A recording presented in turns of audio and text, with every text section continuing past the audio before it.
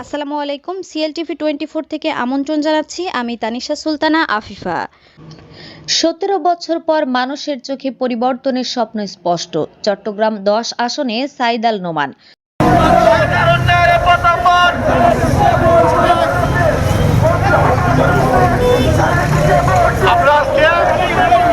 চট্টগ্রাম 10 আসনের বিএনপির প্রার্থী সাইদ আল নোমানের পক্ষে ৮ নং ষোলকবহর ওয়ার্ড বিএনপি ও অঙ্গ সংগঠনের উদ্যোগে ২৭শে জানুয়ারি ২০২৬ ইংরেজি রোজ মঙ্গলবার ষোলকবহর ওয়ার্ড নির্বাচনী প্রচারণা করা হয়।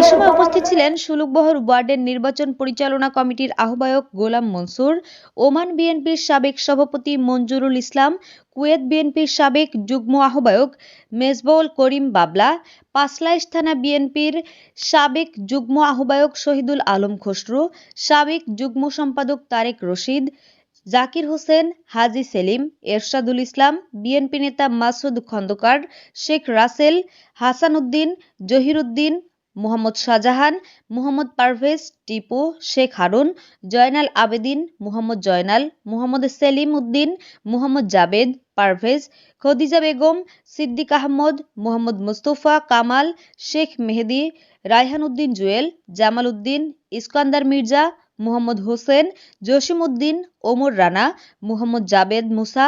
গণসংযোগকালে চট্টগ্রাম 10 আসনের বিএনপি মনোনীত প্রার্থী সাইদ আল নোমানের পক্ষে গোলাম মনসুর বলেন, চট্টগ্রাম 10 আসনের মানুষ এবার ধানের শীষের প্রতীকের পক্ষেই ঐক্যবদ্ধ। জনগণের ভালোবাসা ও সাড়া দেখে স্পষ্ট বোঝা যায় আগামী নির্বাচনে ধানের শীষ ভূমিধস বিজয় অর্জন করবে ইনশাআল্লাহ।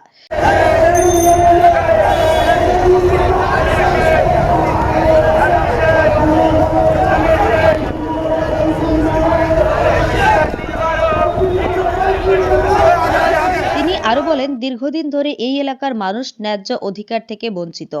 শিক্ষা, স্বাস্থ্য, যোগাযোগ ও নাগরিক সুবিধা নিশ্চিত করতে হলে সৎ, যোগ্য ও জনবান্ধব নেতৃত্বের বিকল্প নেই। জনগণ এখন পরিবর্তন চায়, আর সেই পরিবর্তনের প্রতীক হচ্ছে ধানের শীষ। গণসংযোগ প্রচারণা কর্মসূচিতে বহদ্দারহাট, বাদুরতলা, মির্জারপুল, মুরাদপুর সহ ষোলকবহর ওয়ার্ডের বিভিন্ন গুরুত্বপূর্ণ স্থানে নেতাকর্মীরা সাধারণ মানুষের সঙ্গে মতবিনিময় করেন।